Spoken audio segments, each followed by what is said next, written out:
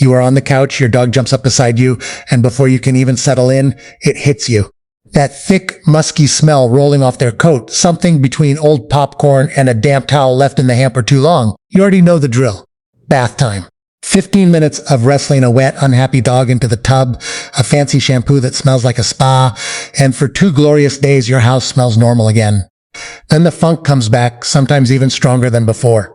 If that sounds painfully familiar, I want you to know right away you are not doing anything wrong, and your dog is not just naturally dirty. What you are dealing with is a skin problem wearing a smell as a disguise, and today I am going to show you exactly how to solve it without turning bath time into a weekly battle. Hi, I'm Dr. Albert, and I've spent my career in exam rooms looking at exactly this issue, dogs who smell bad no matter how often their owners bathe them. Here's the thing most people never get told at the vet's office, because there usually isn't time to explain it properly. A healthy dog with healthy skin does not have a strong odor. None. If your dog has a persistent smell that keeps returning within a day or two of a bath, that smell is a message from their skin, and today we're going to translate it, treat it, and stop it from coming back. Grab something to write with if you want, because I'm going to walk you through this in phases. First, a fast relief method you can use tonight, then the deeper root cause almost nobody addresses, and finally the long-term changes that keep the smell from ever returning. Let's start with what's actually happening under that fur, because understanding this changes everything about how you treat it. Dog skin has a delicate ecosystem of bacteria and yeast living on the surface, held in balance by a thin protective layer of natural oils called the acid mantle. When that balance is healthy, the smell is minimal, just a normal, faint doggy scent.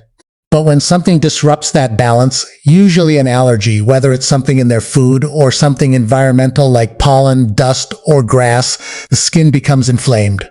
Inflamed skin produces more oil, more moisture, and a warmer surface temperature. And that combination is basically a 5-star hotel for yeast and bacteria. They multiply rapidly, and that overgrowth is what produces the smell you're noticing. That sour, cheesy, corn chip odor is quite literally the smell of an overpopulated microbial colony feeding on irritated skin. So when you scrub that away with a strong shampoo, you're not fixing the ecosystem, you're just temporarily reducing the population, while also stripping away the natural oils that were trying to protect the skin in the first place. That's exactly why the smell rebounds, often worse, within 48 hours. So here is your fast relief option, something you can do tonight that will noticeably reduce the odor without another stressful full bath. You're going to make a simple rinse using diluted apple cider vinegar, 1 part vinegar to 1 part room temperature water, mixed in a spray bottle or a bowl. Apple cider vinegar works because it's acidic, and yeast and bacteria thrive in a neutral pH environment, not an acidic one. When you apply this rinse, you're changing the chemistry on the skin surface just enough to make it inhospitable for the overgrowth that's causing the smell. Apply it generously, focusing on the areas where moisture and warmth tend to concentrate, the armpits, the groin, between the toes, and if your dog has facial folds like a bulldog or a pug, get in there too. Let it sit for about 10 minutes before rinsing with plain water. Now, an important safety note here, and please take this seriously. Never apply this rinse to broken skin, open sores, or hot spots. Vinegar is acidic, and on raw or irritated tissue, it will sting and can actually worsen the inflammation. This rinse is for intact skin only. If your dog has open wounds along with the odor, that needs an in-person exam, not a home remedy. That fast relief step will buy you some breathing room, but if we stop there, the smell will keep coming back because we haven't touched the actual cause yet. This is where most pet owners get stuck in a loop of bathing over and over without ever getting ahead of it. So let's talk root cause, which almost always comes back to inflammation, and inflammation almost always comes back to allergies. If we want to shrink that yeast and bacteria population from the inside, instead of just rinsing it off the outside, we have to calm the underlying inflammatory response driving all of it. One of the simplest tools here is omega-3 fatty acids, and specifically I like fish oil or flaxseed oil for this purpose, because they're genuinely anti-inflammatory and they help rebuild the skin's natural barrier over time.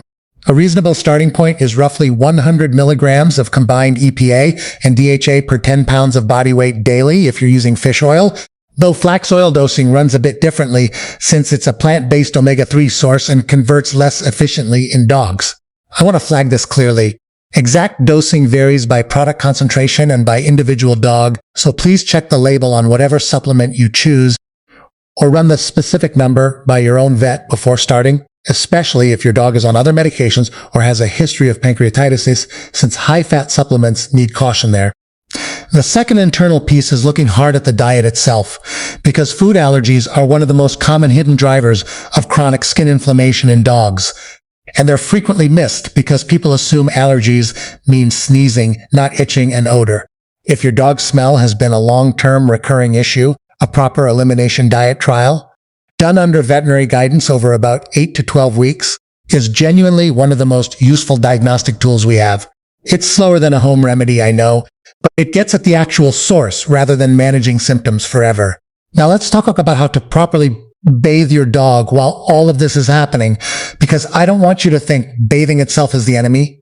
It's the frequency and the products that cause problems. Instead of a harsh, heavily fragranced commercial shampoo, look for something gentle, ideally an oatmeal-based or a mild, soap-free formula designed specifically for sensitive dog skin, and reserve full baths for once every 2 to 4 weeks rather than weekly, unless your vet has specifically recommended more frequent medicated bathing for a diagnosed skin condition. Overbathing strips that acid mantle we talked about earlier, and every time you strip it, the skin scrambles to overproduce oil to compensate, which feeds the yeast right back up again. Less really can be more here, as long as you're supporting the skin in between with things like that vinegar rinse for spot treatment. There's one more piece I want to mention, because as I get asked about it constantly, and that's probiotics. There's growing interest in using oral probiotics to support a healthier skin and gut microbiome in dogs with chronic allergic skin issues, and some pet owners report real improvement. I'll be straightforward with you though, the research here is still developing, and probiotics work best as a supportive piece of a broader plan rather than a standalone fix. So I'd flag that one as something to discuss with your vet rather than something to rely on by itself. And I want you to verify current dosing recommendations with your own veterinarian before starting, since specific strains and doses genuinely matter, and I don't want to give you a number here that isn't tailored to your dog. Let's bring this all together, because I know that was a lot of information. If your dog has a persistent odor that returns quickly after bathing, that smell is coming from an overgrowth of yeast and bacteria triggered by skin inflammation, which is usually rooted in an allergy, whether environmental or food-based. For fast relief tonight, use a diluted apple cider vinegar rinse on intact skin only, avoiding any open wounds. For the root cause, support the skin from the inside with omega-3s and consider an elimination diet trial if this has been a long-standing issue.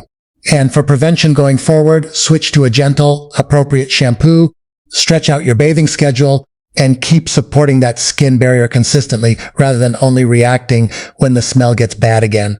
I know how discouraging this cycle can be. You love your dog, you want to cuddle them on the couch without holding your breath, and it can start to feel like you're failing at something that should be simple. You're not failing. Skin and allergies in dogs are genuinely complicated, and most of the advice out there treats the smell instead of the dog underneath it. The fact that you're here, taking the time to actually understand what's happening rather than just grabbing another bottle of shampoo, tells me everything about the kind of pet parent your dog has.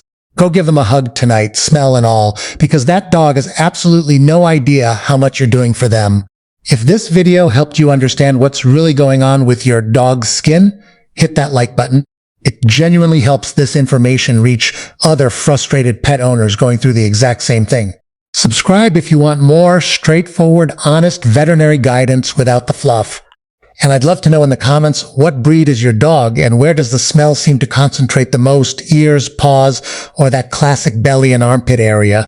I read through as many of your comments as I can, and it genuinely helps me pick the next topic to cover. Take care of that dog, trust what you're noticing, and I'll see you in the next one.